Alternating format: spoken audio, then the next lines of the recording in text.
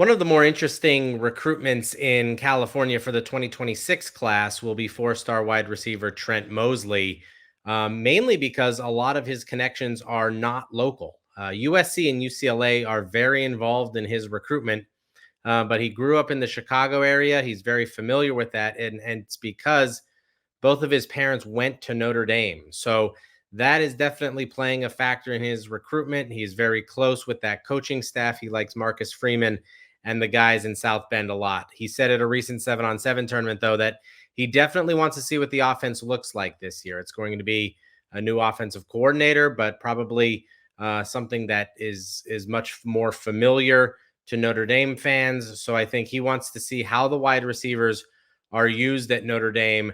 The feeling is that the Irish have a little bit of an edge in his recruitment right now. The other school that's very heavily involved is Stanford. His brother Emmett plays there. Um, and, it's a situation where Emmett basically turned down Notre Dame to go to Stanford. And then Troy Taylor comes in with a much more pass happy offense. And so I think Trent wants to see exactly how it looks in year two. Year one, especially defensively, was ugly.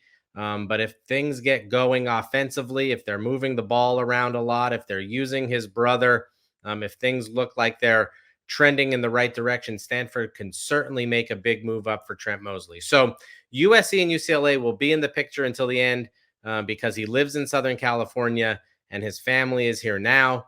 But he is incredibly familiar with Notre Dame, and he's also very familiar with Stanford now. Wants to see how Notre Dame and Stanford's offenses look this season before he starts really getting serious about a decision.